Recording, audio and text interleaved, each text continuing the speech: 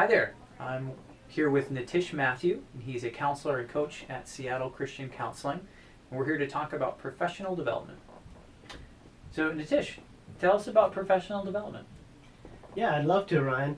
Basically, professional development is working on yourself and understanding your work self and understanding how you can grow in the workplace and be an instrument of God in the workplace.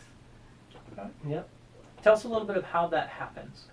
So how that happens is a process first of discovery. The first step is discovering what your spiritual giftings are, what your personality is like, your work personality, and areas of great strengths and areas where that need to be worked on. You use the phrase work personality. That's intriguing. Do we have different personalities at work than we do other places? I think we do sometimes. Yeah. Interesting. Yeah. So it's important for people to discover that.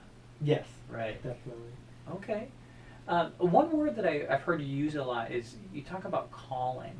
Can you say a little bit about that and how that matches with professional development, how that works For together? sure. Yeah, and I think when I talk about calling, I talk about how that process of discovering God's purpose for you and discovering where God is leading you to, and it's a transcendent summons. And for a Christian, it's being other-centered. It's not necessarily being self-centered. So the role is to hear God's voice and for that leading to have a purpose and effect on people's lives. Sure. Yeah. Which I imagine would bring a much greater sense of probably meaning to people, which I'm sure a lot of people are looking for in Yes. professional development. Yes. Right. Yeah. Yeah. 'Cause do you find that a lot of people are coming to you out of a sense of dissatisfaction with their current work, and they're looking for something more satisfying? Yeah, sometimes they do. Sometimes they are not fully satisfied in their current work, or they have an extremely stressful job, and they don't know how to alleviate that work stress. And part of it might be because they're not living their calling. Interesting. And so discovering your calling and discovering where God will make you most effective is very important. Interesting. So there's this idea, it sounds like, that we're made for something, that God has made us uniquely for a purpose, and when we're living in that purpose, things in general are going to be better, not only for us, but for others and for the rest of the world. That's right. Oh. Yeah. Sounds like a good design. Yes. Yes. So I'm curious about what are some of the barriers that you've seen, to people doing this work, to people doing sounds like some good work, but maybe some hard work of professional development. What keeps people from it? Yeah, that's a great question, because I think there are a lot of factors that keep people from it. And one of the factors is just the daily grind of life. Sure. Unexpected, perhaps emergencies or unexpected projects. Busyness. We love to be busy in our culture. So it's part of it is those things take priority, but we can actually be more effective when we actually take a step back and reflect and understand ourselves better and understand God's will. Even ask God, hey, where are you calling me? Even just asking that question is very powerful. Yeah. So that we can, through the workplace, bring glory to God. Because as Christians, that is really our calling. Yeah, amen. Have you seen it be worth the investment then for people to, maybe there's all this clamoring and this busyness around them. Have you seen it be worth the investment for people to step back, focus on professional development?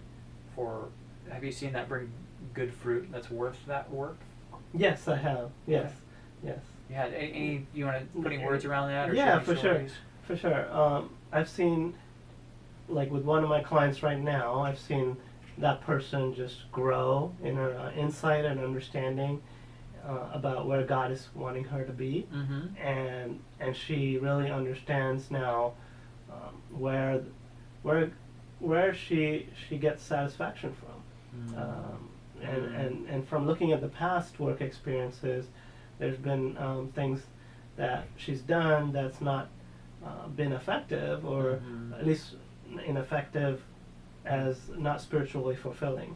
Sure. And so now she's understood that moving in this direction is more where God's calling her to be, and more in line with God's design in terms of, I believe God designed us to have a certain personality, Yeah. and so it's fitting with that design.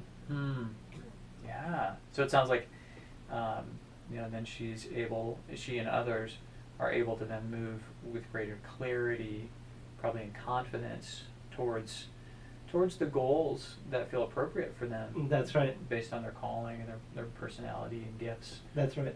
Yeah. Yeah, rather than being in that ambiguous space and trying lots of different things, but not really being spiritually satisfied. Sure. Yeah. Yeah.